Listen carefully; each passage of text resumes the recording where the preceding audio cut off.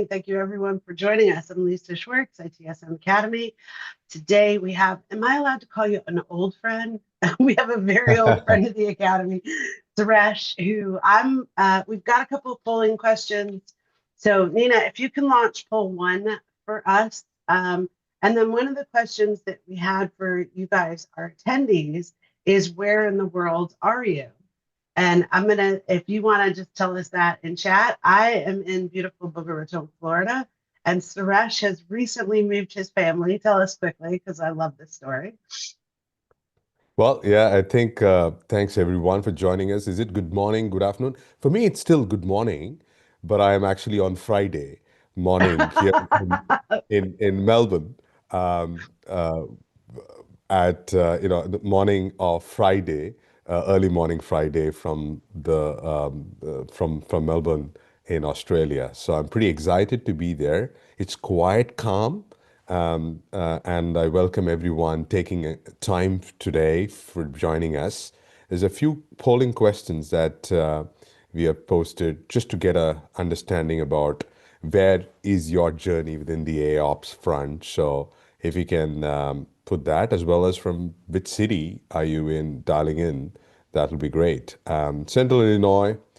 Oh, nice. Simone, Keith, a lot of familiar faces. I know that's a lot of people come in from all different parts. Hi, Kali. He joins us from Bangalore. Uh, Zachary, awesome.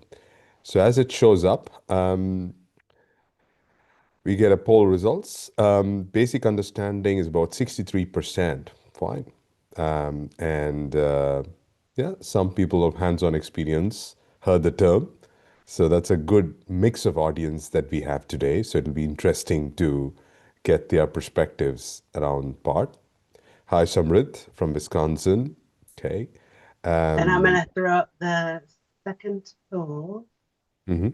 Uh, Sorry, watch that. And when are you implementing AIOps? Yeah, And this is going to be a conversation that we need to definitely ask because is it that fad?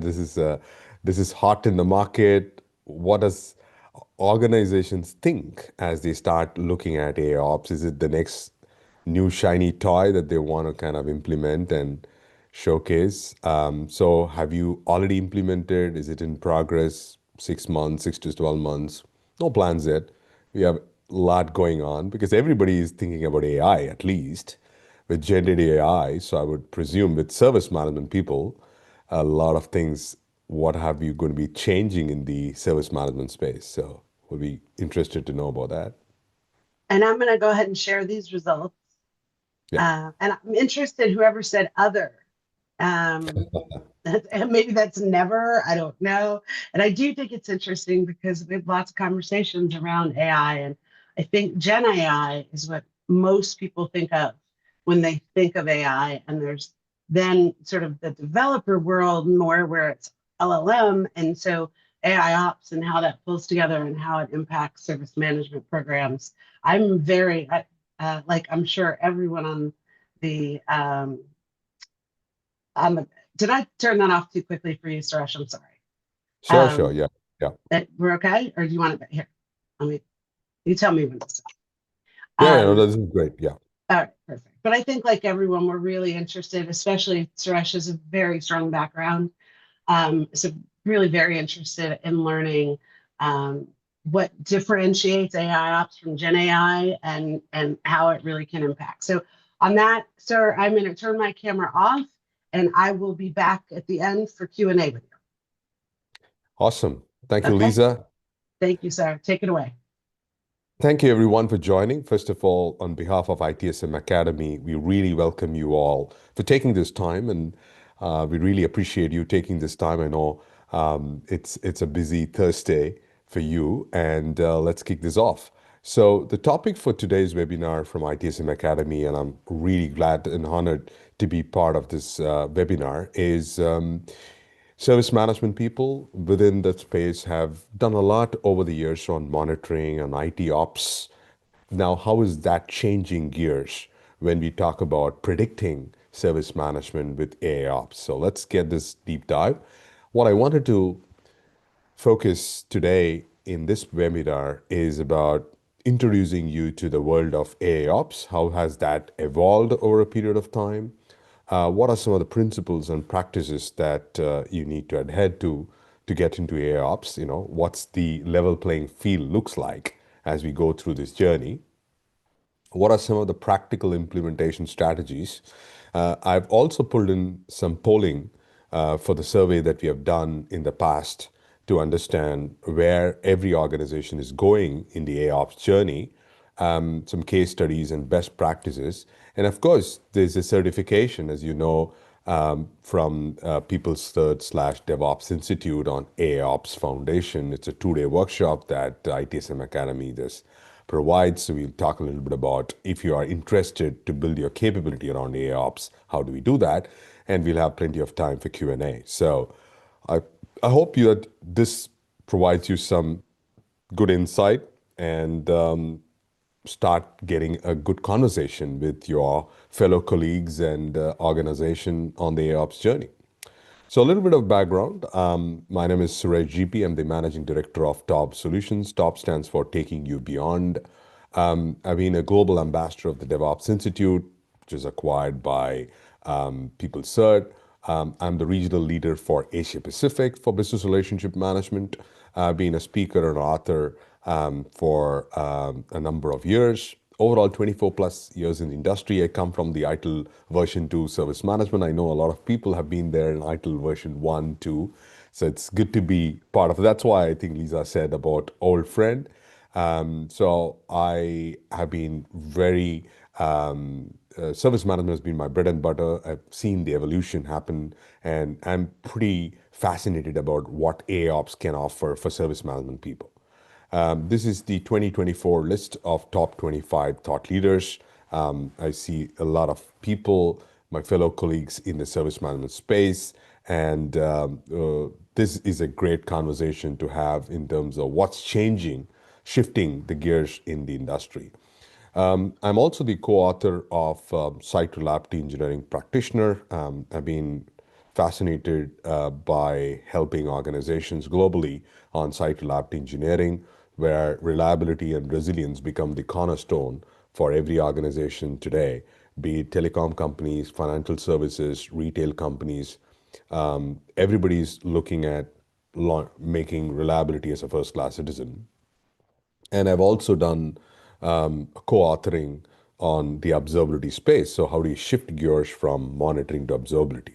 So our topic for today is also on that spectrum of moving from where you are in the monitoring journey, where monitoring is telling you symptoms of what is broken, but the opportunity of AIOps, it's going to get it to more predictable, right? So just as a metaphorical example, reactive was more about incident management, then proactiveness was more about event correlation and problem management.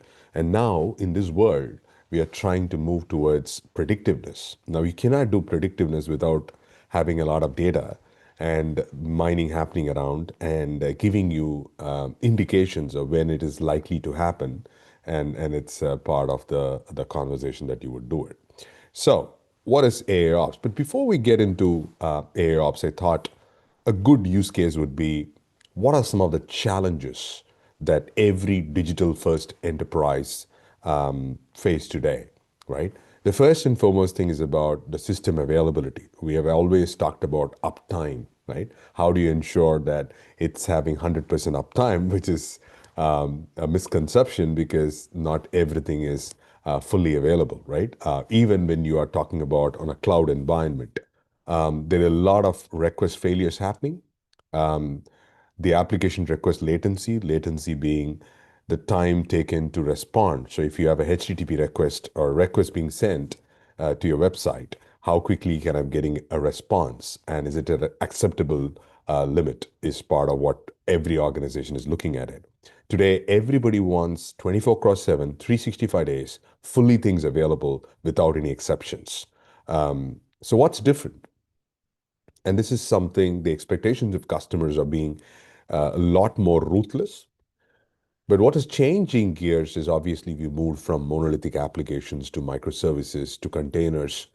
the architecture is changing, right? We are now becoming more cloud native, a lot of interconnected systems, be public, private, and hybrid clouds to do that. Now, in spite of technology being advanced, we still have this impact on bad user experience, impacting top line and bottom line. Your brand gets hit. In fact, every time there is a downtime, people start trolling on social media, right? And there's a lot of user churn as well happening. So while we have advanced in terms of technology, in terms of the way that we get much more towards cloud native nature, the underlying user experience and productivity and profitability is always getting a hit. And so, what are some of the expectations from customers? Is how do you proactively detect and faster detect, which is your MTTD, and provide root cause analysis, which is our traditional problem management, which is we can do a level of proactive problem management as well. But I think the world is moving towards auto remediation, right? So the next time an issue happens, and I know that this is the root cause, that I can write a script so that it auto remediates. So, for example, an Exchange server goes down, I should know probable reasons, and then it restarts the system and then remediates it by itself. So I'm not going to focus on solving the issue as from a service desk standpoint. It's auto remediated. That's the state of nirvana that we are looking at, right? Predicting it and ensuring that it doesn't reoccur.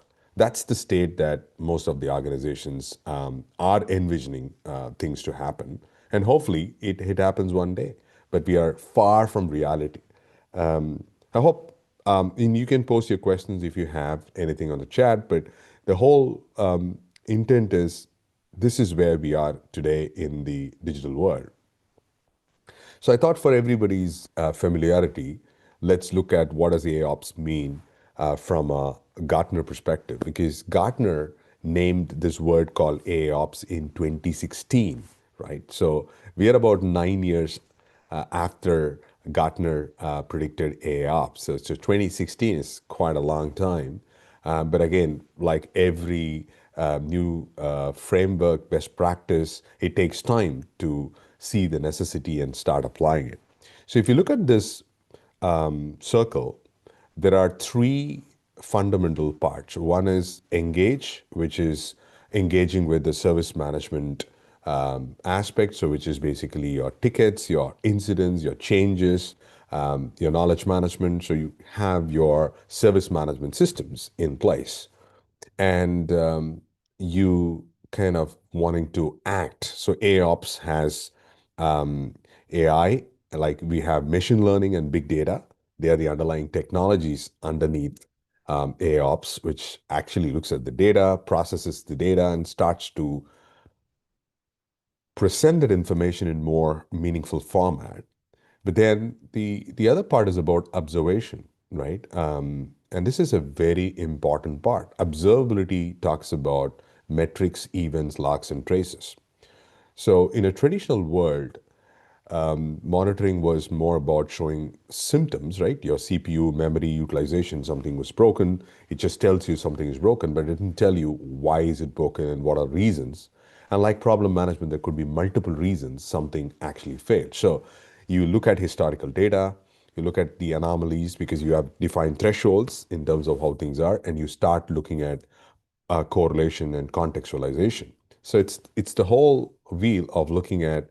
First is to observe the patterns, right? So because as you go through a lot of data that comes into your service management system, how do you make that data predictable? What actions are you taking? What are the underlying causes?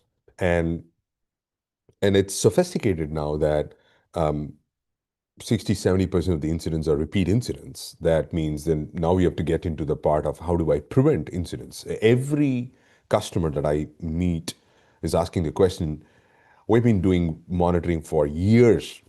How can you ensure that you reduce the incidents? So one of the KPI that people are asking is how do you reduce incidents coming in and day out? Because I don't want to just manage tickets.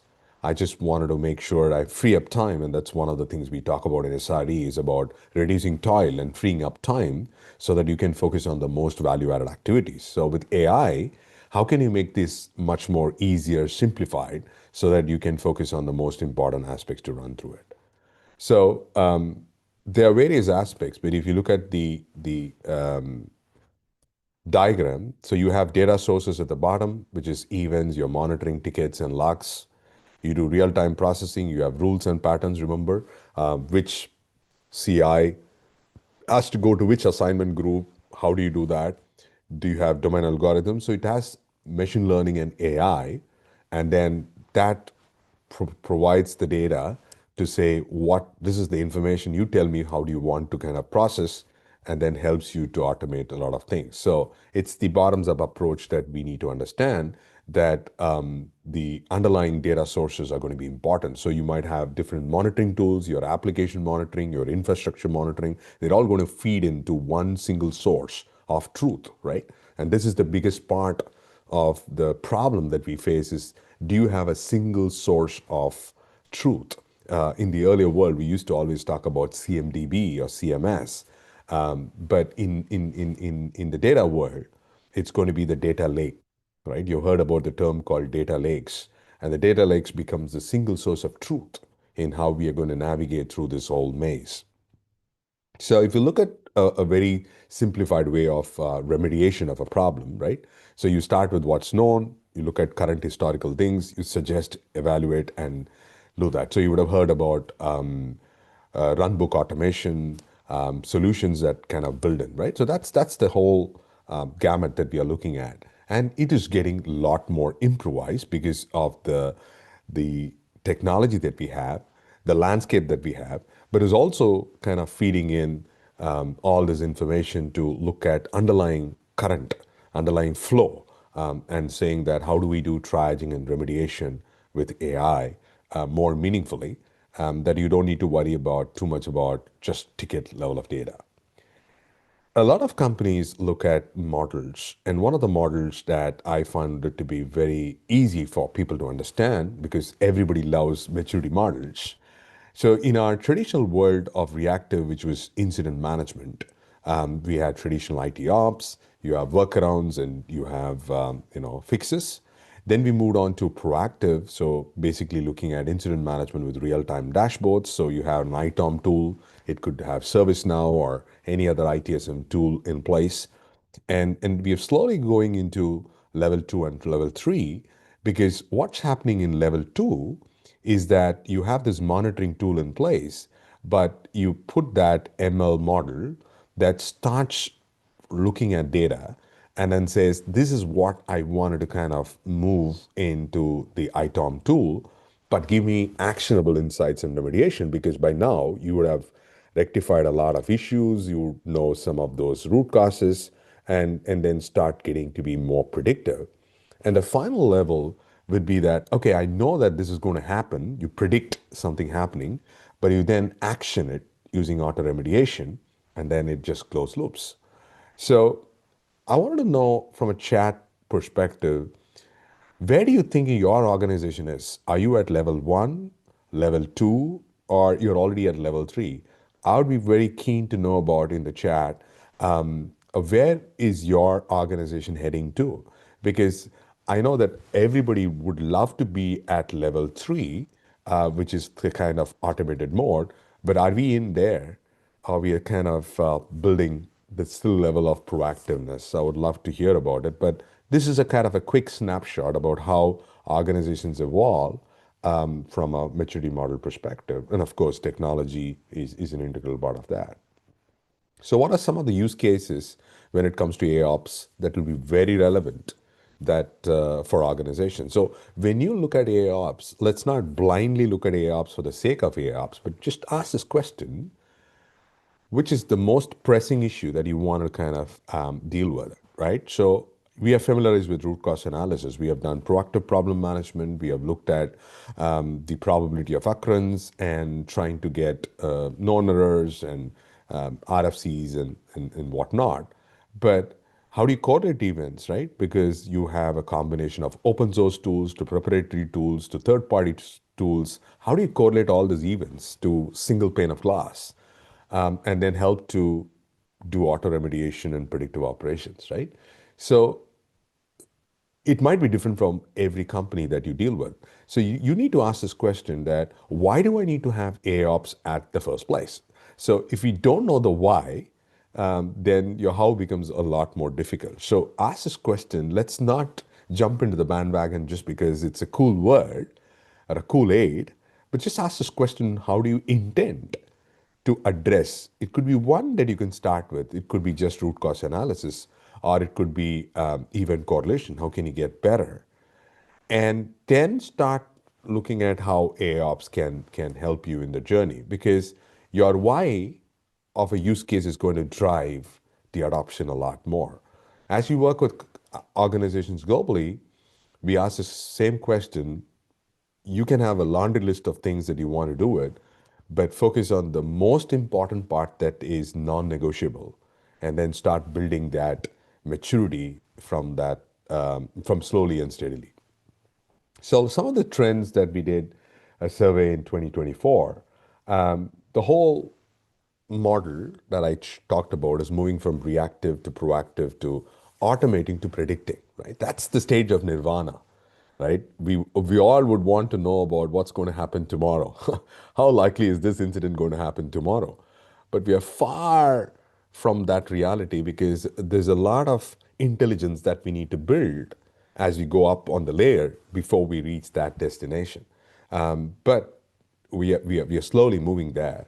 And that's why curating all those information into one meaningful data lake is going to be important for that AI and machine learning to kind of process that information and then produce you insights.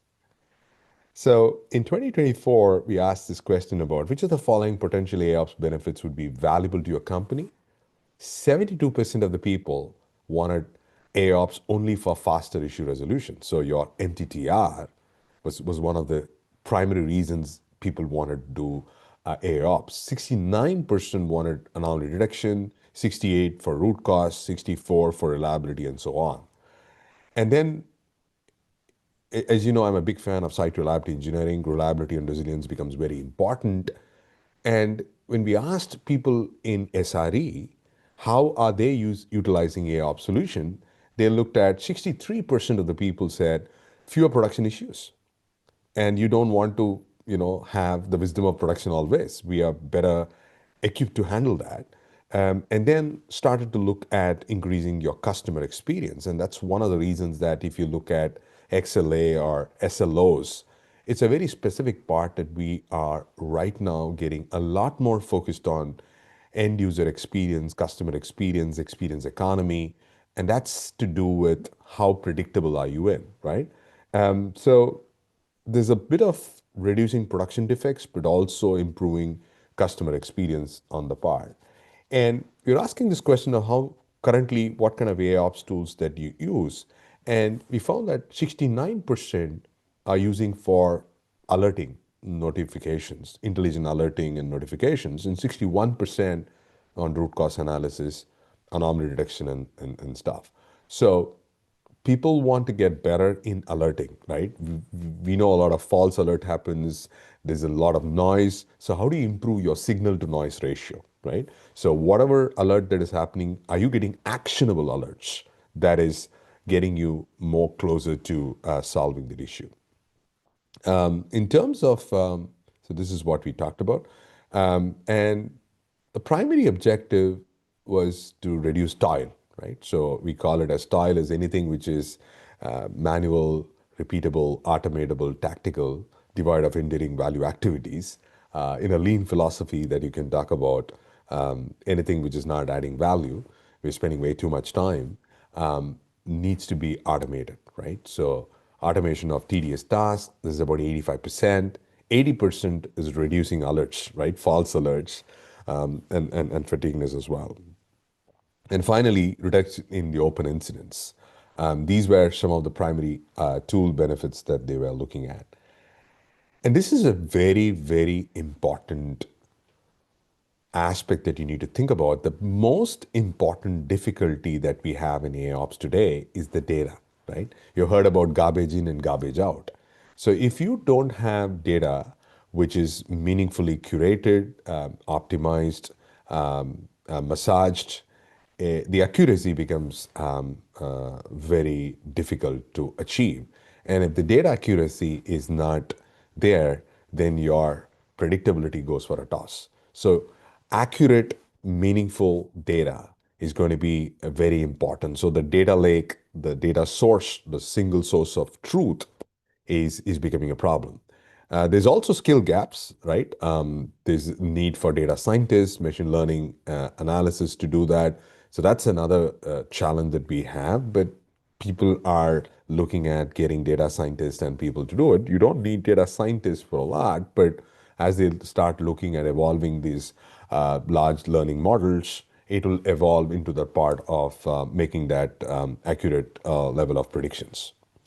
How long does it take to implement an AIOps solutions? About 40% say about 3 to 6 months, 25% greater than 6 months, 28, 1 to 3 months. So 3 months is a good starting point, but it's far from reality. It takes about 6 months to 12 months to get to the level of maturity as your organization starts to adopt towards the way of AIOps. So it's not a cookie cutter solution. So if you're thinking about implementing AIOps, it's going to take a while. It requires a lot of investment, time, but also a reality check that you're only as good as the data that you are having in at the place. From hiring people, it takes about 6 to 12 months to 53% say that takes about 12 months to do. That's 2024 data. This is now a lot more improved as we do it. Whether I was in the Bay Area in May, I think everybody is now, wired into AI. So I'm hoping that there's a lot more adoption coming in recently. Okay, so what are some of the practical implementation strategies as we shift gears in that in this approach that we go through it? So let's take a use case, a very simplified use case.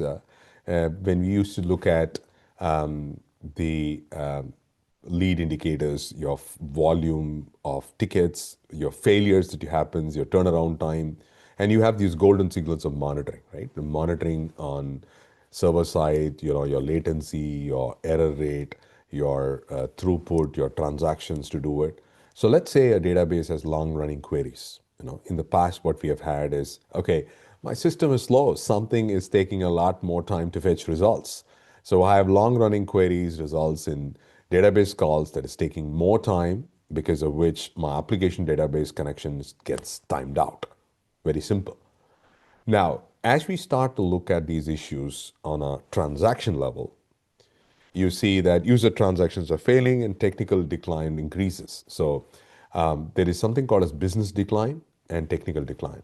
Technical decline could be an outage that is happening because of a technical glitch. A business decline could be a business thing. Like, for example, you don't have money in your bank account and you're passed the check and it just bounces, right? It's just a business decline. You don't have money that you can pay for that merchandise. So user transactions fail, then you create an alert. And once you get an alert, then it decides on what is the reason for that alert.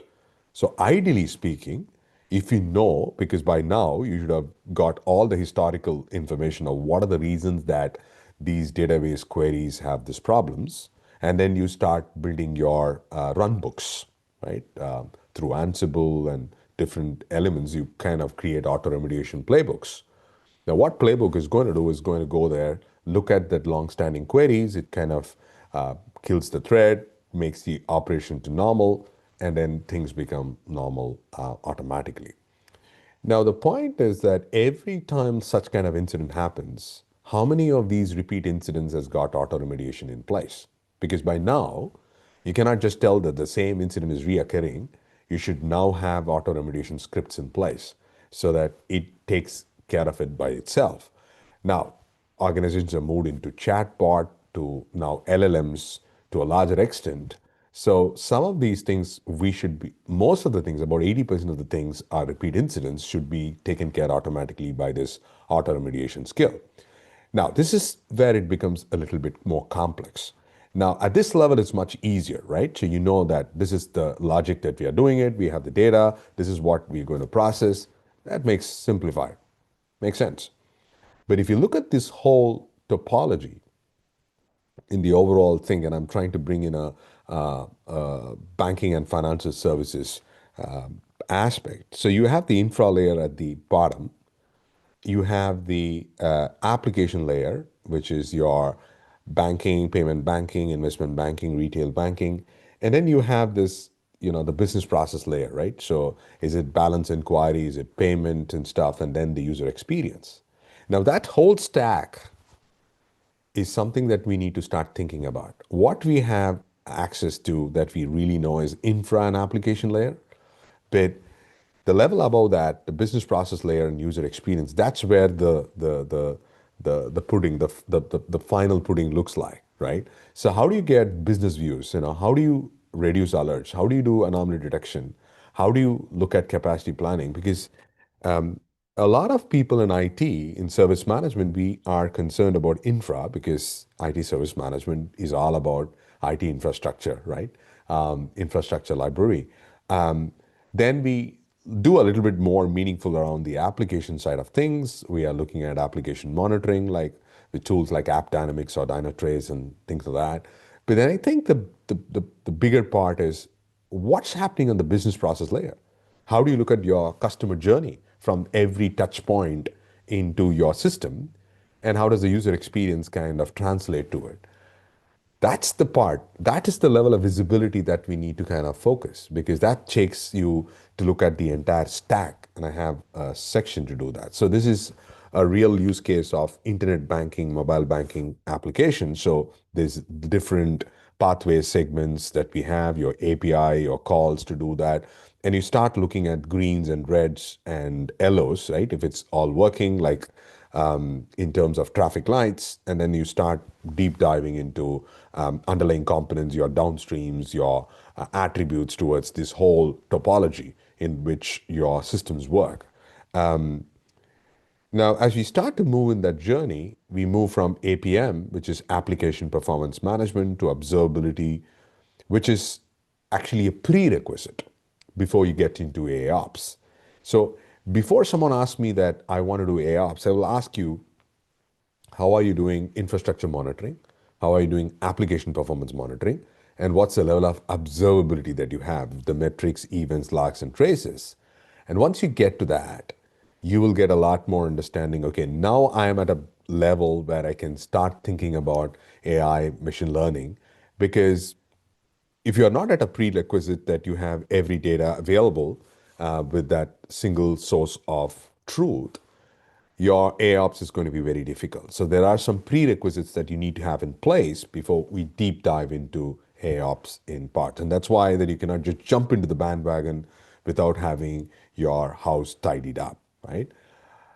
There's a lot of challenges that you have in terms of, a lot of, but the first and foremost thing is about data.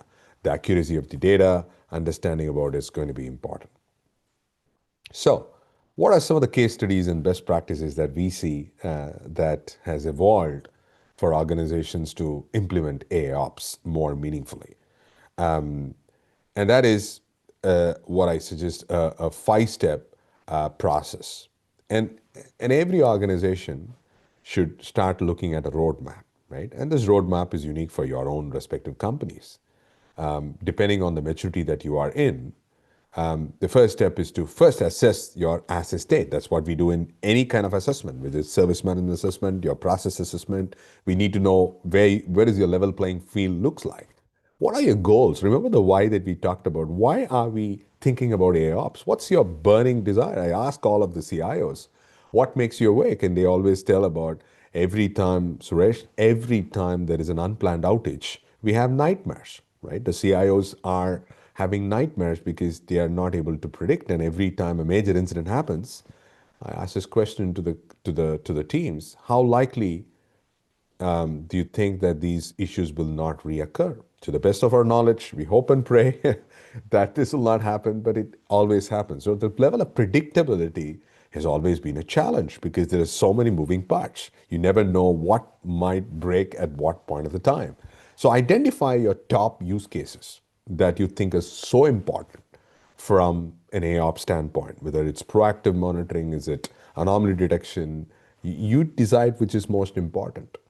Then you start need to build the data integrations in data lakes because the end goal is to build in a single source of truth that is serving as a custodian for you to process the information and build insights. So assess, look at your goals, identify the use cases, make sure that all data sources, right? It could be all proprietary tools, in-house tools, open source tools, all put together into a single source of data. So it's like an SKMS, right? Your service knowledge management system that I don't need to worry about which tools do you use. It all has to pull into one single direction. Then I have everything available, my knowledge base, my incident tickets, my problem changes. So I need to pull all the data and then start getting meaningful insights of what's going around in my system. So I'm getting more predictable in the way we work, right? So that's a 5-step process. And there are different types of assessments. I'm not going into the details, but you have descriptive assessments, diagnostic assessments, predictive assessments, prescriptive assessments, and automation assessments. Depending on where you are in this journey, you need to really start thinking about how do we build that capability meaningful depending on the journey that you are envisioning to move in that direction, right? So, how do you perform? So if you look at your entire IT stack, right? So you have your applications, network, database, infrastructure. You have a lot of raw data that comes in different formats, right? Now what's happening? And you also have defined personas. So like a CIO, IT director, architects, and then you obviously have vendors, tools. We all love them, right? Because they help to solve the problem, right? And I tell people that you should be grateful for tool vendors and capabilities because you cannot do everything by your own. We need real strong capabilities of tools, and they could simplify the work that we do. And but the main crux in this particular AOps in the monitoring strategy is this middle box. What transformation or contextualization is needed to address the persona and purpose? So you need to identify what's the CIO looking at, what's their KRA look like, what are they really concerned about? Is the data relevant to the persona? What kind of consumption of data happens for different personas, right? There's a push and pull part, and what really keeps me awake, right? So you need to look at what data is relevant to the persona. Do we need additional raw data? And does the raw data serve the purpose? So you are looking at the raw data. You're looking at personas. You're looking at the data that you're looking at and the way that they consume. That's consuming on real time. So we need to bring in that whole context around personas to data to the frequency in which the data is processed and provided, and seeing are we getting every information that we have to get us move in that particular strategy. Are we getting better from a continual service improvement perspective? Are we getting better in predicting things so that we are able to control the overall movement? This is a end-to-end stack that I thought I'll give you at a high, 50,000 feet level. The bottom is application layer, infra layer. You have this data collection, like your tickets, your events, your metrics, logs, topology, the entire part that I talked about.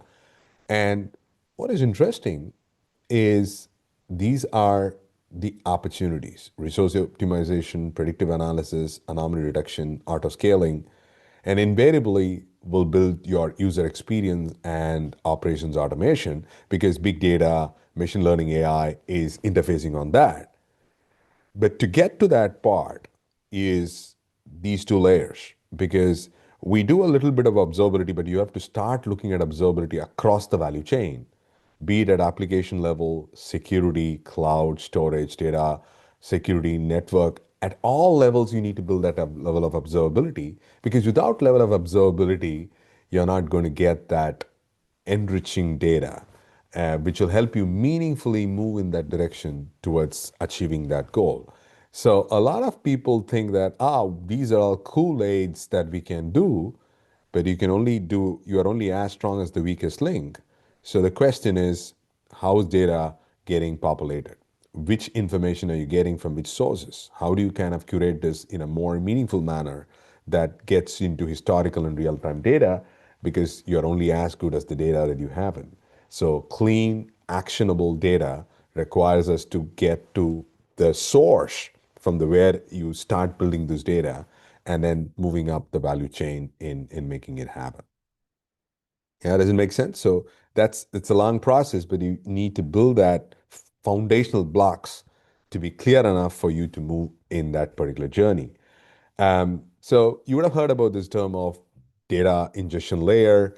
We talked about ETL, extract, transform, and load. And that's changing. The whole data architecture is changing in terms of ingestion, processing, and presenting this data, right? Um, as from an IT operation standpoint, you look at this whole data and say, how am I evolving this data? So I'm using MELT, which is metrics, events, logs, traces. I'm monitoring the data, I'm engaging, and I'm automating part of it. So if you look at the underlying parts, you have the data ingestion, you look at the topology. Remember, I talked about all these big stacks. You correlate the data, you recognize, and start remediating. So you can only do AIOps with observability in place. So if you're not even moving from monitoring to observability, then AIOps becomes a lot more difficult. So it's a step-by-step process, as I told you about the level of maturity of adoption. So organizations need to really step up this game on observability before they can start moving towards data ops, AIOps, and so on. So this is a kind of the ultimate slide that I want to kind of run you through. You have historical data, you have real-time data. This whole observability is the whole big part of the puzzle, right? Your logs, your traces, your real user monitoring, that has to feed into AIOps, because if your observability engine is not equipped enough well, then you cannot really do the AIOps, which is finally going to self-healing and auto remediations to get the right level of business value to KPIs. So the change is from moving from monitoring to observability. You get to the level of observability, you get to the level of metrics, events, logs, traces, then get to that single source of data, which is the data lake. Make sure it is clean, accurate data, and then start looking at machine learning, AI, getting into that this big data, machine learning, going inside and processing this information and starting to provide that insights, and then start looking at auto remediation. So it's a journey. It takes a lot of time. We work with one of the clients. It has taken us about 18 months to where they have reasonably set up their AIOps practice, right? So it takes time and effort. It's not a cookie cutter solution. It takes time to assess where you are. And it's like when you're traveling, you need to secure your mask first. So first make sure that you are into observability, get that matured, make sure that all data is kind of converged, you're getting that source, and then you start driving through that, right? So at a high level, there are 10 steps that you need to think about. Define your charter as AIOps. Build your team, because you are only as strong as the team, and look at the landscape that your AIOps journey looks like. What are the different data sources, integrations? What's the engine that you do? And a lot of companies are building their own AI LLMs in principle, because one of the things is about security of data, right? Ethical AI is another aspect that people are looking at it. So configure, deploy, measure, and celebrate. So it's a journey, but you need to look at you're only as strong as the weakest link. You're only as strong as the data sources that gives you the level of truth and give you that visibility to make things workable, right? So, and then people start asking us, what kind of tools do we use? So I don't want to be getting into a vendor bias, which tools that you need to do it, that every tool today is promised around AIOps in place. But if you start thinking about it, I wanted you to evaluate on what's the core functionality that it should have, right? So you need to obviously start with monitoring. anomaly detection, root cause analysis, automated remediation, predictive analytics, right? How about performance, right? What's your performance in real-time data, right? If you are scaling up from 100,000 users to a million users, how is the system behaving? How is it ease of integration, ease of support to do that? So you need to start evaluating in your landscape as you look at your customer base, where are you in this journey? What's the level of expectation when it comes to user experience? How effectively are we moving from service level agreements to service level objectives, which is over and above your current SLAs in place? But also ask to start asking this question that have we picked up the tool that makes sense for us from a use case standpoint? Remember, we talked about you have to decide which is the most important use case that you want to run through. So, if you are a part of operations management teams, support teams, what's your SLA analytics look like? What's your change analytics look like? How much have been our change failures, right? How do you identify high risk changes? How do you correlate operating data and process data, right?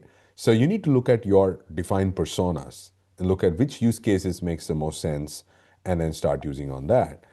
Similarly, if you're application team, are you looking at anomaly detections, capacity insights, smart alerts? What challenges are you facing? Because once you have clarity around the challenges that you have, then you can build that level of use cases and personas, and then you tie all these three together. Because without the why, how becomes a lot more difficult.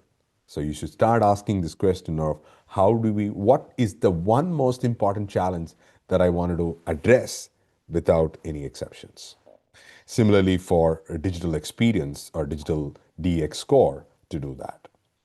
I hope that gives you a perspective. I'm going to kind of open up the Q&A in a minute, but if you think about how do you equip yourself in the AIOps, I would strongly recommend you to sign up for ITSM Academy's AIOps Foundation workshop. It's a 2-day workshop that gets done. You know, it could be 2 days or it could be spread over 4 days, depending on what it is. But it covers all that we talked about in much more detail, right? Look at how do you AIOps set up in an organization? What are the core technologies in terms of big data, machine learning? What are some of the operational metrics? What are some of the use cases? What kind of impact and implementing that?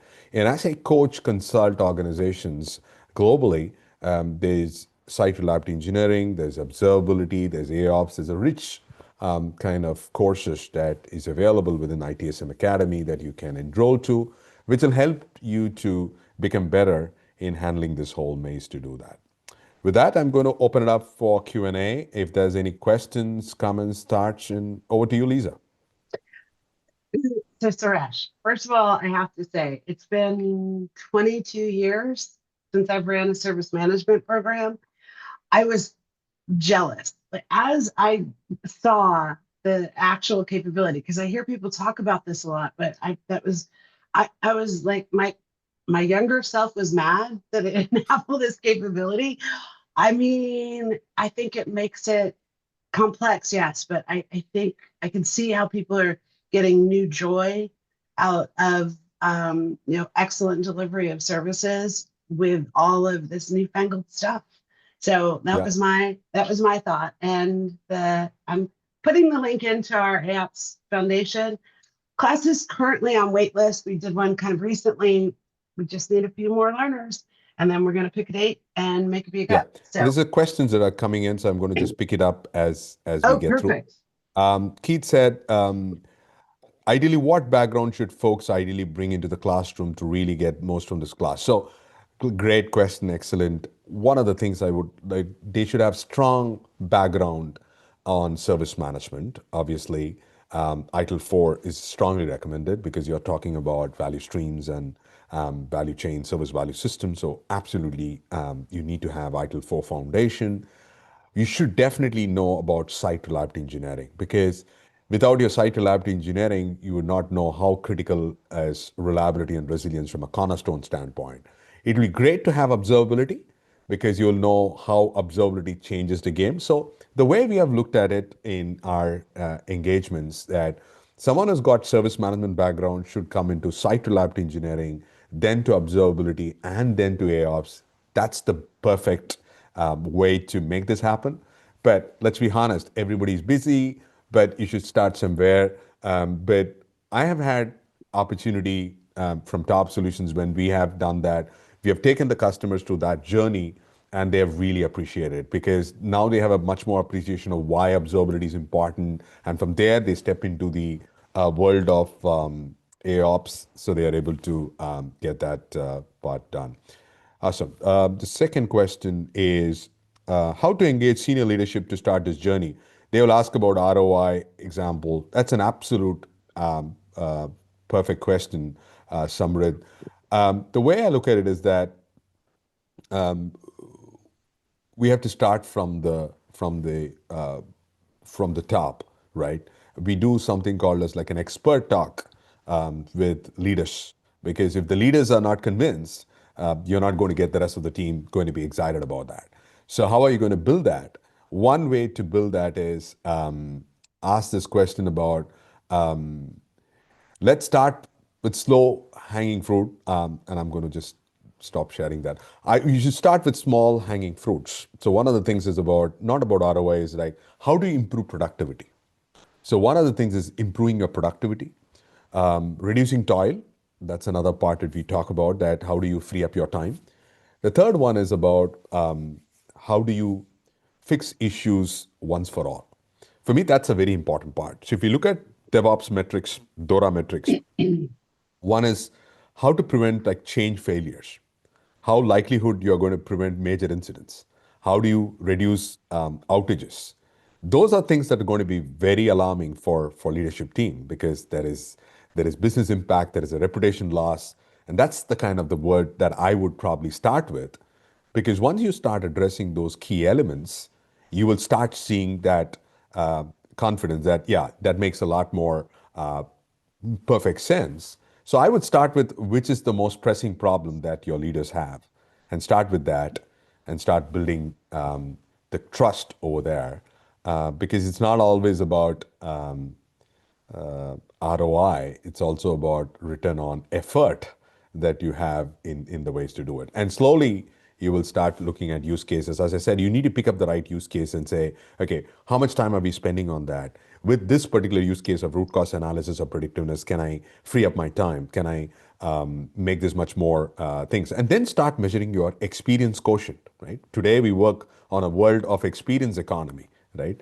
If I had Alan Nance and Lisa coming in, we do have been a chat around this whole part of it that we were talking about on the other day about happy signals, that one of the things is all about experience. So right now, as a user, all I want is that a issue that is being reported should never occur again.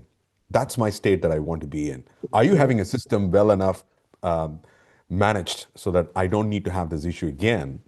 That's your asset test, and that will tell you whether you have done AOps very well to do that. So that's my few thoughts, Samrit. I hope that helps you to get some perspective on how you can get started off, because I want to be very pragmatic. You get started with something and then you start moving in that particular journey. Any other questions? I'm loving it Well, because it doesn't look to be like morning. It looks to be like on full adrenaline push coming in. Keep it coming. Well, I love you answering your own questions. You were certainly making my life easy, sir. And it's funny, we did not plan to talk like that about experience, but perfect segue. Next month's webinar is my dear friend. I'm not going to call him old. My dear friend Zachary, who is with Happy Signals, and Nice. he is coming to talk about. They do an amazing benchmark report. We'll give you guys the link for that next time. But I think they're really, I get a sense that the entire organization really cares about experience, and they're trying to drive and shape the market in a way that I gets Lisa's stamp of approval for whatever that's worth. And then, Suresh, just because we have a few minutes, at the end, if we have any more questions, please get them in.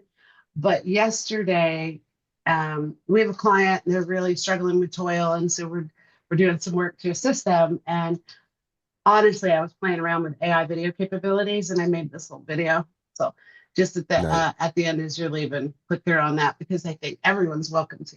I think you guys will enjoy that. Sure. And I'm And seeing that there's a post on Timur. Totally agree. I'm an agile PM. Over the next 3 to 5 years, data analytics will be essential. Absolutely spot on. But ensure outputs are accurate, transparent, and used ethically. And this is going to be a very pressing need from an ethic AI. If I bring in James Finister, he's going to talk about that a lot. He's been advocating in that part.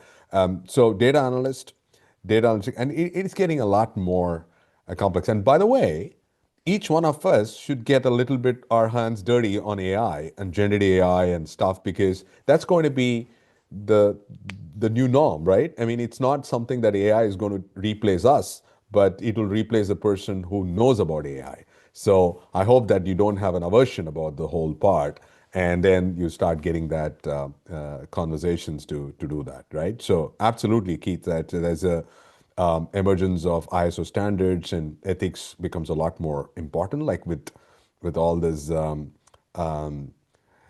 deep fake that is happening around and stuff. So you want to be very careful about whether it's just me or some avatar coming in and talking on behalf of me, and that's Suresh. I'm in different parts of the world, and it just modulates my conversations. Hopefully, we still are human, right? We'll just have uh, 6 fingers. That's how you know I'm AI. right. Exactly, exactly. Any other questions, comments, thoughts? I know we have about 4 minutes to go, but I love that conversation's going in. How do you think that AI is going to shape? And any comments, any thoughts around? Are you excited for this new break? And I think this AI ops is going to be big. I did this one prediction when SRE came into picture. I said that SRE is going to be changing this game a lot. And I'm not a Nostradamus to predict, but I'll say that that's something that I wanted to do that. So I think there's a huge potential for AI and AIOps, and particularly people in service management. I know you all from the service management really need to get into the next bandwagon because we cannot just talk about just ITIL and say that, okay, it's been there and we are going to four. No, the world is changing. So we need to change and adapt yourself quickly into that Mhm. space, but also get more meaningful business value. But forget not, we all exist because customers pay our bills, right? So how are you going to improve the customer experience? And that's going to be a very important topic. So you need to start from the customer experience, go back and say, how do you create that customer experience and seeing this end to end? Yes, design thinking and system thinking is most important because without underlying all those moving parts, it's going to be very difficult to predict things. But I hope you enjoyed this session, and thank you so much again, Lisa, for giving me an opportunity to be here. And I hope we can continue the conversation. And lovely open service community group things there. They meet on Fridays to come and talk over, and hopefully now And Tuesdays. on So Tuesdays as well. we get global time zone. Yeah, So yeah. So Tuesdays and Fridays. our US time zone meeting is 9 o'clock Friday morning. I love these meetings. They set off my Friday to the perfect tone. The format we do is what we call a 20-20-20. So it's 20 Right, minutes of presentation and 20 minutes of open discussion, which, thing I don't like about this webinar tool is I'd love to have everybody being able to talk and join. So it's one of the things I really love about the open service community. If you aren't following or haven't come yet, please do. I really love them. And we're having, as you can imagine, conversations all around AI and not just Gen AI or LLM, but also what we've talked about today, and how AI ops has and will continue to impact. And Suresh, to your point, I think the biggest takeaway from 2 years of conversations with all kinds of people around AI is learn it, love it. So it's those that are saying, I already know how to write. I'm allowed to do a Texas accent because it's where I'm from. right, Right. But I already know how to write. I'm not going to use it. Mm-mm. It is so much more than that. And it is much like technology changed everything. In the 80s, a company could run without like user interfacing technology. No one can right. anymore.